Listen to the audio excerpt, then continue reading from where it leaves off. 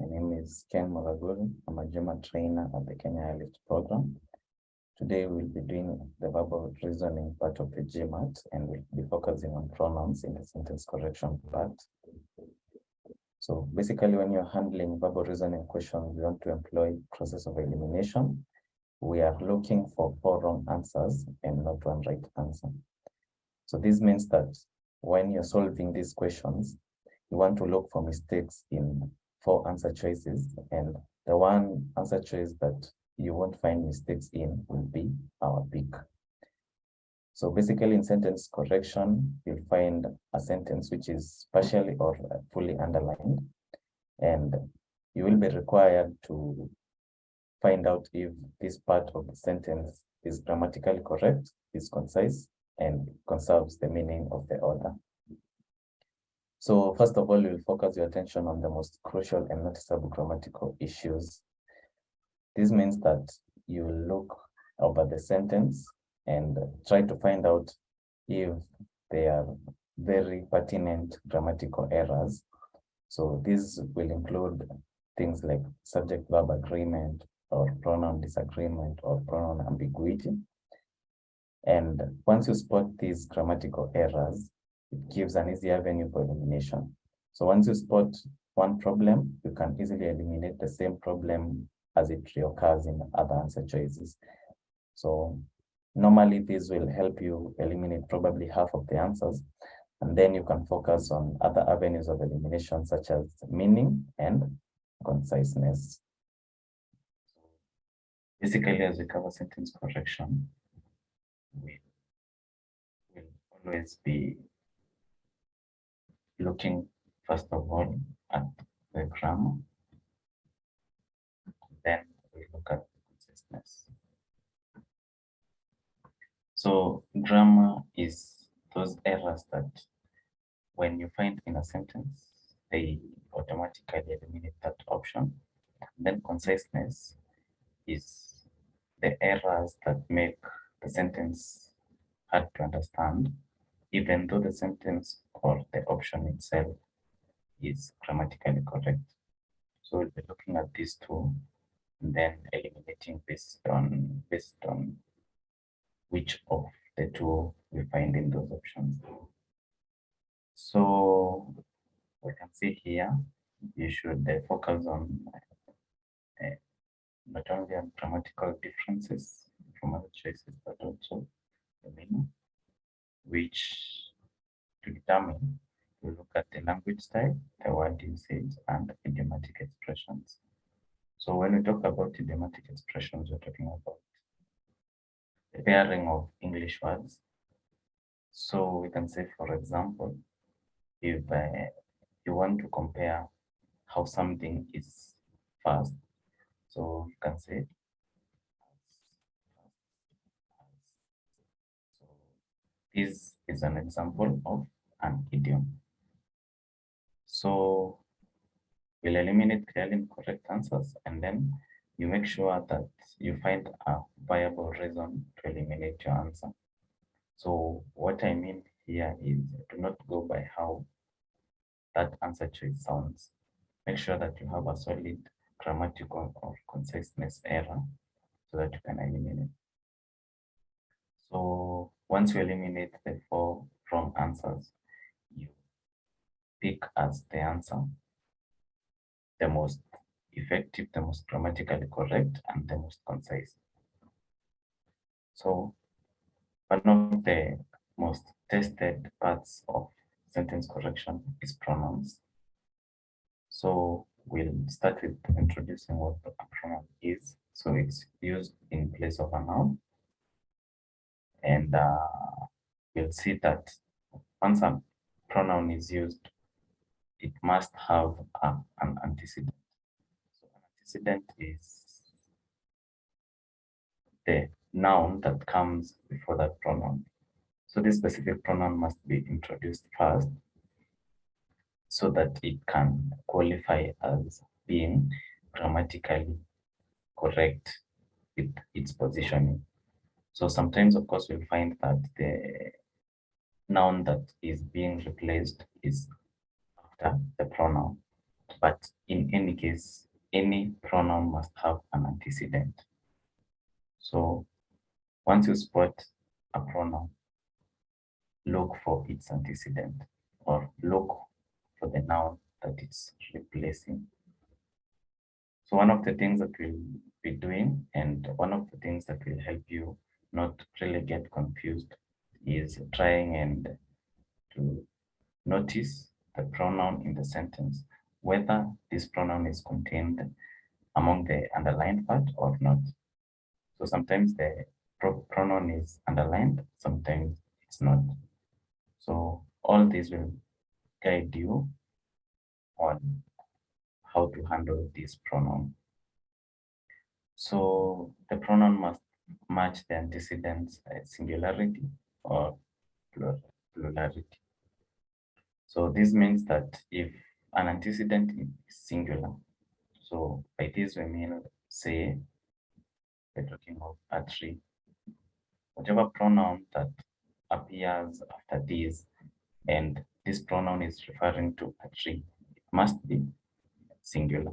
So this means that if you have a pronoun like they, and it's referring to a tree, so this is grammatically incorrect because there's no agreement between the pronoun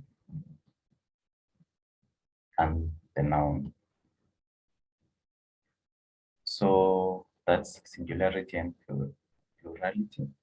And then the perspective, so if it's first person, like I, second person, or third person, the pronoun also should reflect the same. The possessive, so it's or theirs or whose, or reference. So what is this pronoun referencing to? Is it is the antecedent a person? Is it an animal? Is it a thing? So you have to make sure that all these agree. Otherwise, you have spotted your grammatical error. So we have here that we should avoid pronoun ambiguity. And we have this point here because ambiguity is a tricky area to talk about in pronouns, or actually in GMAT generally, because ambiguity is not really a grammatical error, it's a conciseness error. And whenever we talk about conciseness, grammatical errors, they take precedence. So I'll talk about that in a minute, but I want to give an example of a pronoun ambiguity. So in this example, we have Samantha and Jane went shopping, but she couldn't find anything she liked. So we can spot the pronoun she. So we have she here, but we have two nouns that may be represented by this pronoun. So you want to avoid errors like this, or picking options that are this way, because this she can be referring to either Samantha or Jane. So it's not really clear who couldn't find what she liked. And of course, we have another she here. So you may have, of course, an option where it's a Jane here and Samantha here. So in any case, notice when you can't really point out which antecedent this pronoun stands in for. Also, another thing that will help is whenever you see a pronoun and you spot an antecedent that is a possible noun that the pronoun is standing in for, try to replace that pronoun with a noun. So in this case, you can see, you can replace here, and the sentence becomes Samantha and Jane went shopping, but Jane couldn't find anything Jane liked, or Jane couldn't find anything Samantha liked.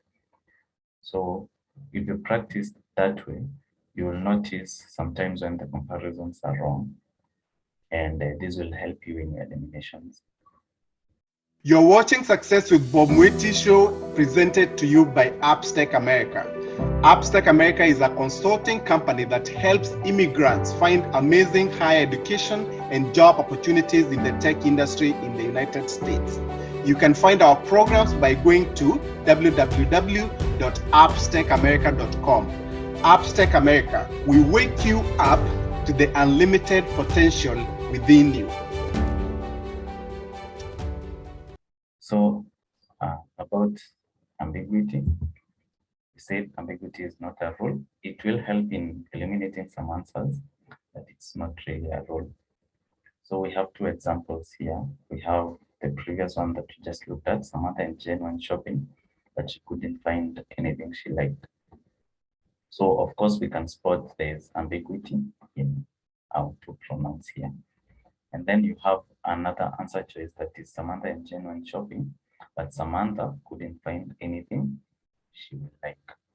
So you can see that in the second option, we have Samantha here. So one of the ambiguity errors has been corrected. So, but now if you read ahead, you'll find that we have something interesting here. So notice that we are talking of past tense. So Samantha and Jane went shopping, but Samantha couldn't find anything. So here we have future tense. So you see now the tenses have disagreed, which tense is one of the grammatical errors that is a bit or actually very serious. So in this option, yes, we have a less ambiguous sentence, but it has a more serious grammatical error. So if you had these two options, A and B, B has a grammatical error, A doesn't. A only has a conciseness error. So this means that A is actually a better choice than B.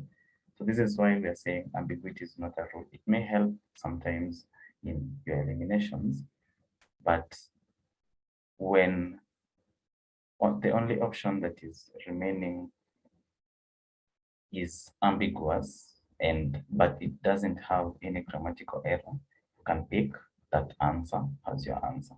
So be very careful of just make sure you notice it, but make sure that all the other answers are worse, they have grammatical errors or something of the sort, so that now you can eliminate an answer based on ambiguity.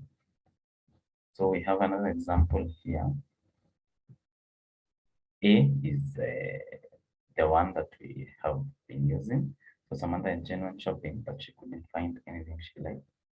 And then so we have a she and a she here.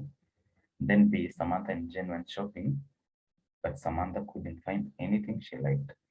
So you can see here we have a tense agreement because it's past tense. And here we have now a noun instead of the pronoun she. So even if this second option still has an ambiguity error here, but it doesn't have any grammatical error. So you can consider that this is less concise. So in this case, ambiguity will help you eliminating this answer, and then you'll pick the second option because it's less ambiguous, hence it is more concise. So in as much as it's not completely, it doesn't completely eliminate the ambiguity, it does take steps to reduce it as compared to the other option we have here. So in this case, you can eliminate A based on ambiguity and pick B as your answer. So please take note of that. And then we have some of the common pronouns that you'll see. So whenever you see any of these, it should jump off the page at you. So we have it and its, of course, she, her, hers, and he, him, and his, they, their, and them, which is all of these are plural, and then whom and whose. So this one is possessive. So something that we should notice that a person, say you have a sentence like a person should learn from etiquette as it improves their social standing. So normally in spoken English, you will find that if we have a person and we don't know the gender and we want to refer back to them, we find that sometimes we use their instead of he, she. So of course, in GMAT, when it comes to GMAT, there is always a plural pronoun. So in GMAT, if you see a person and it's singular, so the noun is singular, you should never use their or them. This is actually a grammatical error. So please take note of these. So we'll move on to an example, and you can go ahead and pause the video and try to solve it on your own, and then unpause it and we'll talk about it. So here we have a sentence. It's actually a very short one. So the bank holds $3 billion in loans that are seriously delinquent or in such trouble that they do not expect payments when due. So as I said, these pronouns should jump off the page at you. So we can see we have a pronoun here. Okay. So the bank holds these loans that are seriously delinquent or in such trouble that they. So if we look back for the antecedent, the only plural antecedent here is loans. So you can replace these loans, this pronoun with its antecedent. So the bank holds 3 billion in loans that are seriously delinquent or in such trouble that these loans do not expect payments. So you can say that if you replace this pronoun with its antecedent, it doesn't make sense because, of course, loans cannot expect payments. And of course, these cannot refer back to the bank because, as you can see here, the bank is singular. So that means that our option A is wrong, so we can eliminate A. And then we have B. So we have it. So the only singular antecedent here is the bank. So the bank does not expect, so that is correct. That is a correct option of the antecedent. So it does not expect payments when it, another pronoun, is due. So again, this pronoun can't refer to loans because loans is plural. So the only singular antecedent is the bank. So the bank does not expect payments when the bank is due. Again, meaning is distorted, so B is out. We have C, it. So the bank does not expect payments to be made when they. So the only plural antecedent is loans. So the bank does not expect payments to be made when the loans are due. So when looking at pronouns, option C is okay. So we can click C. We go to D.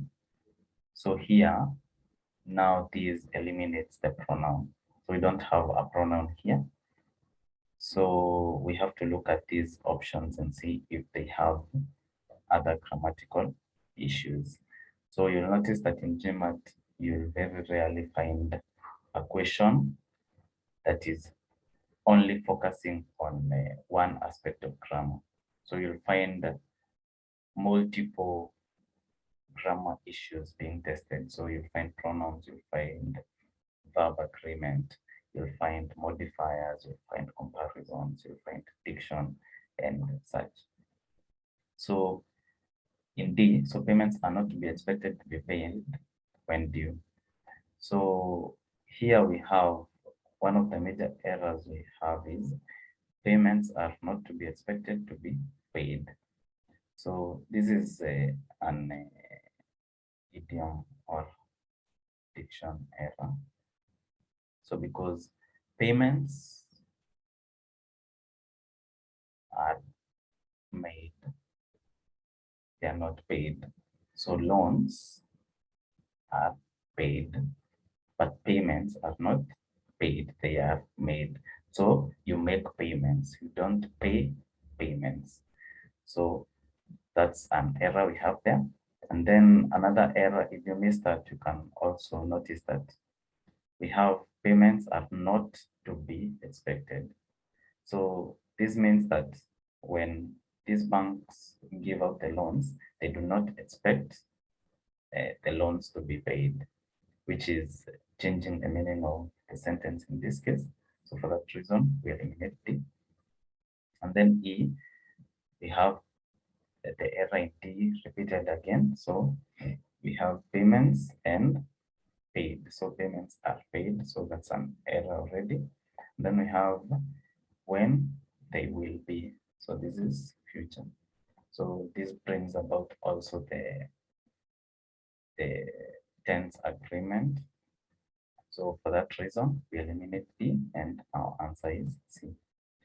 So in this case, you can see that pronouns can really help in your eliminations, and knowing when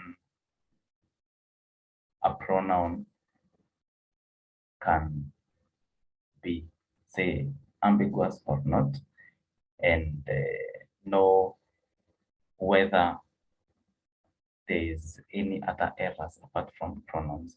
So these pronouns, they really help in doing very, very, very easy eliminations. So as we've discussed, our answer is C, as the slide shows. And this is it for our lesson today. And so I'll do a quick recap. So we have pronouns. Pronouns, they stand in for nouns, and any pronoun should be able to match its antecedent. So we mentioned what to look out for.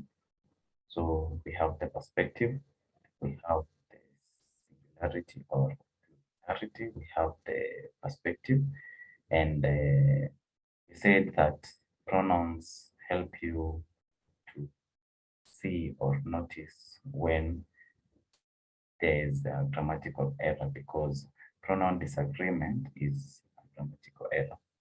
So the next thing we said is you eliminate grammatical errors before you eliminate conciseness errors. So the first precedence is grammar, and the second one is conciseness. So after these, now you can look through other grammatical errors that you find to aid you in our process of elimination.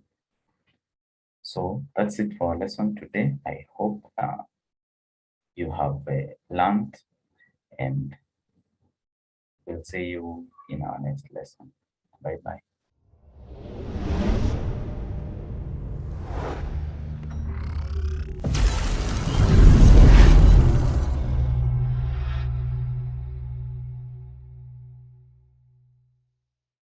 You've been watching Success with Bob Mwiti Show, brought to you by Upstake America. Come back next time to hear more steps and missteps that I took on the path to becoming a successful immigrant in USA. Be sure to subscribe to my YouTube channel and also follow me on Facebook, Instagram, Twitter, and LinkedIn.